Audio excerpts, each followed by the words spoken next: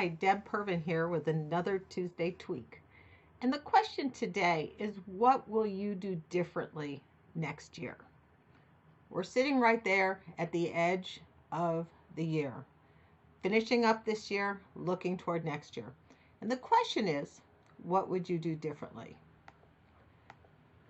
Einstein said the definition of insanity is doing the same thing over and over and expecting different results. So I know that's not what you're going to do.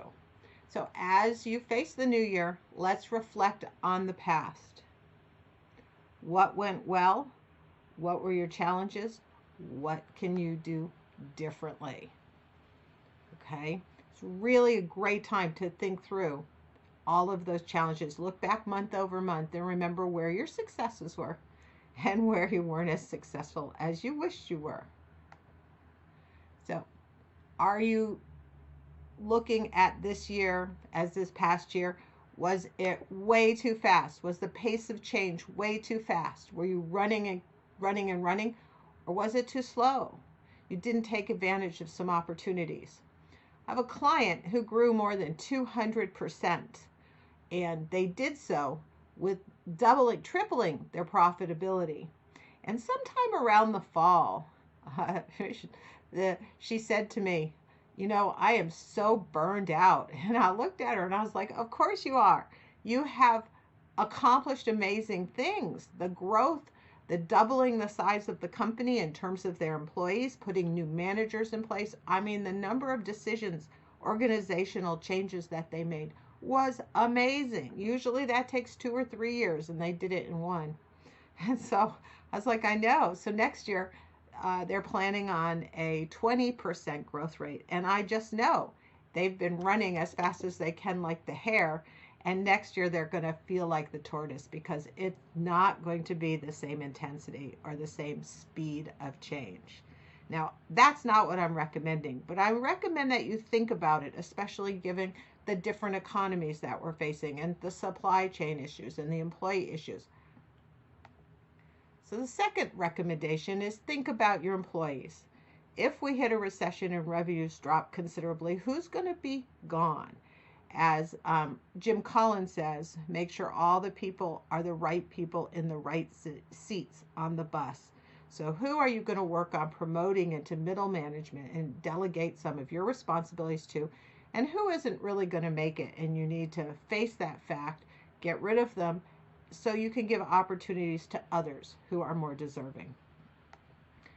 And finally, my last recommendation is think about your targets, your goals, your pricing, your customers, your vendors. Are you on target? Are you working with the right people? Are you talking to the right people? Are they giving you good feedback? It's really important, not just your goals, but all the information that you get from your network.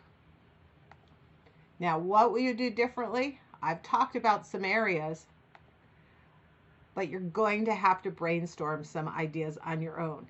Now, sometimes when I do this presentation to an audience, I've got people who've got a million ideas in their head, and they're like, oh, how do I sort them out?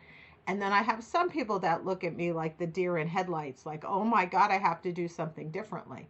And I go back to Einstein. So here are 3 ideas. 1, start with a SWOT analysis: strengths, weaknesses, opportunities, and threats, and really work through what that looks like. Brainstorm all kinds of different scenarios. Secondly, consider joining a peer group. It is absolutely essential that you get insights from others outside your network, outside your business contacts, people who have nothing to gain by telling you what you want to hear. And if you're not comfortable with a peer group, then put together a board, an advisory board. Get some of your advisors together and just tell them, I need you to be absolutely clear with me. Your vendors, your customers, your COIs, get as much information outside your head as you can. And finally, be a lifelong learner. Sorry, I forgot the long. Be a lifelong learner. Continue to read books. Warren Buffett reads 100 books a year. I don't know how he does that, but that's what he says. Steve Jobs, lots of books. Again, brings ideas from outside into your circle. That's it for me. I'm sorry this was a little long, but that SWOT analysis is a great way to think about joining my Bomba Mastermind. If you don't have peer groups and if you don't have ideas that come from outside your circle, I'd love to talk to you about it. I'll see you next week. Have a great one.